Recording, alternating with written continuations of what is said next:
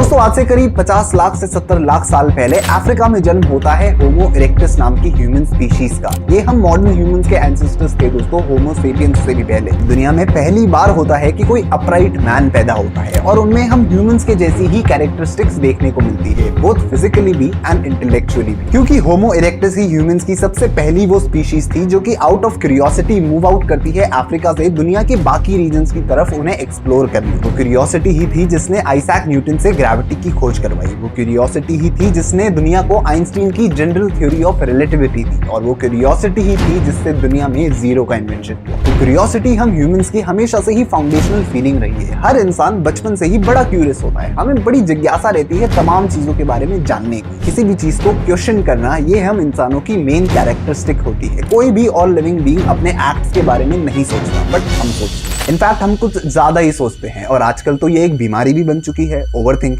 Mystery ये शब्द दोस्तों बहुत अटेंशन ग्रैब करता है, क्योंकि कोई भी चीज जो हम नहीं जानते वो हमारे लिए एक मिस्ट्री ही है, and mystery is the main objective of our thought. Mystery शब्द किसी कुत्ते या घोड़े के लिए एग्जिस्ट नहीं करता, बट हम ह्यूमंस के लिए हमारी एग्जिस्टेंस की हर एक चीज मिस्ट्री है। हम हर चीज को इस नजरिए से देखते हैं कि हम इस चीज को समझ सकते हैं। हमारा खुद का इस धरती पे पैदा होना और एग्जिस्ट करना ये भी हमारे लिए एक मिस्ट्री है कि अगर हम अर्थ पे हैं तो क्यों हैं। डिस्टेंट फ्यूचर में शायद जब बच्चे मार्स पे पैदा होने लगेंगे और उन्हें जब ये पता चलेगा कि ह्यूमन सिविलाइजेशन के एंसेस्टर्स अर्थ से माइग्रेट करे हैं मार्स पे, तो उनके लिए ये भी एक मिस्ट्री होगी कि हम मार्स पे पैदा क्यों हुए, अर्थ पे पैदा क्यों नहीं हुए। लोग अर्थ से मार्स पे माइग्रेट क्यों करें, क्या होता अगर हम अर्थ पे पैदा होते। तो दोस्तों आज चीजों के बारे में ना जानकर आइए आज हम अपने खुद के बारे में जानते हैं और पता लगाते हैं कि क्यों हैं हम यहाँ। हमारे क्यूरियस नेचर के कारण हम इस चीज को साइंटिफिकली समझने की कोशिश करते हैं कि आखिर हम एग्जिस्ट ही क्यों करते हैं, और अगर एग्जिस्ट करते भी हैं तो हमारी इस एग्जिस्टेंस का पर्पस क्या है। और उसके बाद थोड़ा स्पिरिचुअलिटी की तरफ भी बेंड करेंगे और जानेंगे कि स्पिरिचुअलिटी के पॉइंट ऑफ व्यू से भी कि हम एग्जिस्ट क्यों करते हैं और हमारा इस एग्जिस्टेंस का क्या पर्पस है।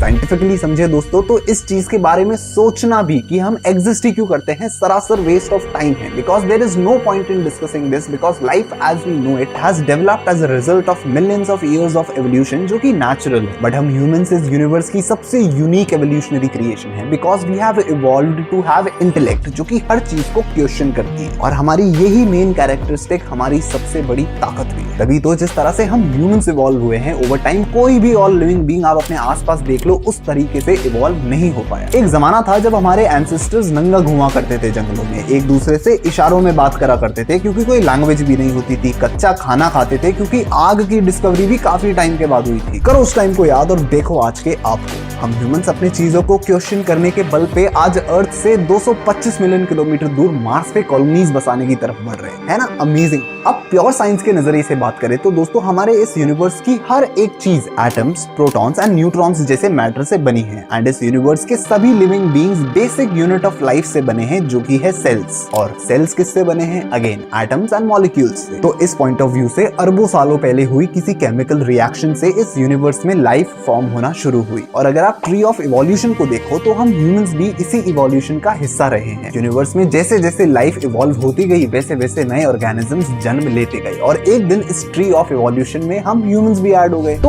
Why are we here on earth? जिसका सीधा सीधा जवाब है because of evolution, genetic mutation and natural selection. तो हम कोई बहुत खास नहीं है दोस्तों, हम भी बाकी लिविंग ऑर्गेनिजम्स की तरह ही द ट्री ऑफ इवोल्यूशन का हिस्सा हैं। और जैसा कि हिस्ट्री में होता आया है कि एक सर्टेन टाइम के बाद हर टाइप की लाइफ एक्सटिंक्ट हो जाती है, तो क्या पता शायद एक दिन हम ह्यूमंस भी एक्सटिंक्ट हो जाएं और इस ट्री ऑफ इवोल्यूशन में महज एक हिस्टोरिकल क्रिएचर बन के रह जाएं, जो कि एक टाइम पे अर्थ पे एग्जिस्ट किया करते थे, जस्ट लाइक डायनासोर्स। इसीलिए अपने आप को कोई बहुत ज्यादा खास मत समझना। अब एक मिनट के लिए रुको और सोचो इस नए पर्सपेक्टिव से कि हम ह्यूमंस कोई बहुत ज्यादा खास नहीं है, मतलब हैं क्योंकि हम में कॉन्शियसनेस है, हम में इंटेलेक्ट है, but at the same time हम इस यूनिवर्स में हो रहे कॉन्टिन्यूस इवोल्यूशन का सिर्फ एक छोटा सा हिस्सा है। इवोल्यूशन के इस पेड़ की हम सिर्फ एक टहनी है जो कि शायद एक दिन एग्जिस्ट ही ना करे और हमारे एडवांस्ड वर्जन एग्जिस्ट करें, जस्ट लाइक साइबॉर्ग्स में भी। बायोलॉजिस्ट्स ने भी इस चीज को स्टडी करने की कोशिश करी कि हमारी लाइफ या फिर किसी भी और लिविंग लिविंग बीइंग की लाइफ का पर्पस क्या है। Famous biologist George C Williams, Richard डॉगिन्स and David Hague ने ये कंक्लूड किया कि किसी भी लाइफ का प्राइमरी फंक्शन है to replicate DNA and survival of once jeans. और एक famous molecular biologist James Watson से जब एक इंटरव्यू में पूछा गया कि what is the purpose of our existence, तो उन्होंने बोला कि देयर इज नो पर्पस और anything that you think of, we are just the by product of evolution. तो साइंस कहता है कि we are nothing but just the product of the evolution that has happened and that continues to happen. तो spirituality क्या कहती है हमारी existence के बारे में? Why do we exist, why are we here on earth, what is the purpose of our lives? Let's understand this spiritually. Hindu धर्म की ये मान्यता है कि ये पूरा यूनिवर्स या ब्रह्मांड गॉड की क्रिएशन है and the creator is Brahma ji, the preserver is Vishnu ji and the destroyer is Shiv जी। ये तीनों देवतीज साथ मिलकर काम करते हैं और इस पूरे यूनिवर्स या ब्रह्मांड को चलाते हैं। The creator Brahma ji is considered to be a formless everlasting energy, जिनका ना ही कोई शुरुआत है और ना ही कोई अंत, और इनके फॉर्मलेस फॉर्म को समझ पाना हम ह्यूमंस की कैपेबिलिटीज के बहुत परे है। तो ब्रह्मा जी जो कि क्रिएटर हैं, उन्होंने हम ह्यूमंस को क्यों बनाया? इसकी बात की गई है हिंदू माइथोलॉजी की ही बुक्स ऋग्वेदा में और ब्रह्मा पुराना में। अकॉर्डिंग टू द ब्रह्मा पुराना, ह्यूमंस ने इस धरती पे इसीलिए जन्म लिया है ताकि कॉस्मिक ऑर्डर फॉलो हो सके, क्रिएशन, प्रिजर्वेरेंस एंड डिस्ट्रक्शन। और हम ह्यूमंस को इस ग्रैंड कॉस्मिक प्लान का एक बहुत अहम हिस्सा माना गया है। हम ह्यूमंस को अपनी लाइफ टाइम में धर्मा को साथ लेके चलना होता है। धर्मा is our duty to do the right things. धर्मा हमें पर्पस देता है एंड स्पिरिचुअलिटी ये कहती है the only purpose of our existence, the only purpose of a human being is to attain liberation और moksha. Moksha is the liberation from the cycle of birth and death. माना जाता है कि जो ह्यूमन मोक्ष को अटेन कर लेता है वो कभी भी किसी भी फॉर्म में इस यूनिवर्स में वापस जन्म नहीं लेता। हिंदुइज्म में ये माना जाता है कि जिस तरह से हम अपने आप को अपनी बॉडी से आइडेंटिफाई करते हैं वो हम है ही नहीं, बल्कि इस बॉडी के अंदर की जो सोल है, जो आत्मा है, that is our true identity which again is formless. Because जिसने ये पूरा यूनिवर्स क्रिएट किया है वो भी फॉर्मलेस ही है और हम उस फॉर्मलेस एनर्जी का ही एक हिस्सा हैं। हमें ये ह्यूमन बॉडी इसीलिए दी गई है ताकि we can get ourselves liberated from the cycle of birth and death and merge with the infinite energy of the supreme God by doing good deeds and making spiritual advancement.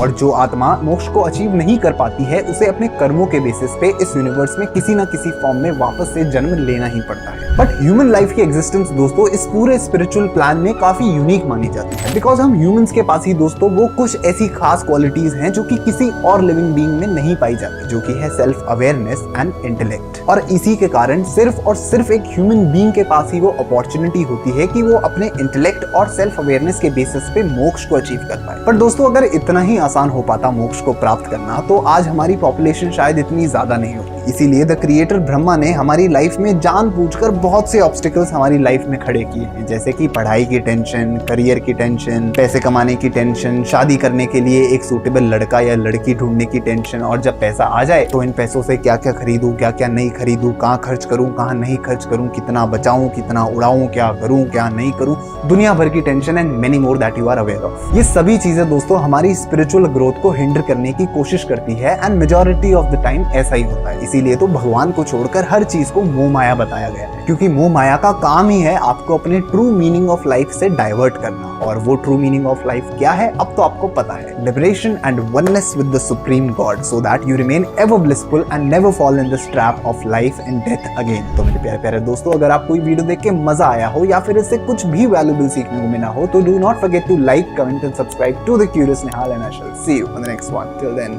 Bye bye.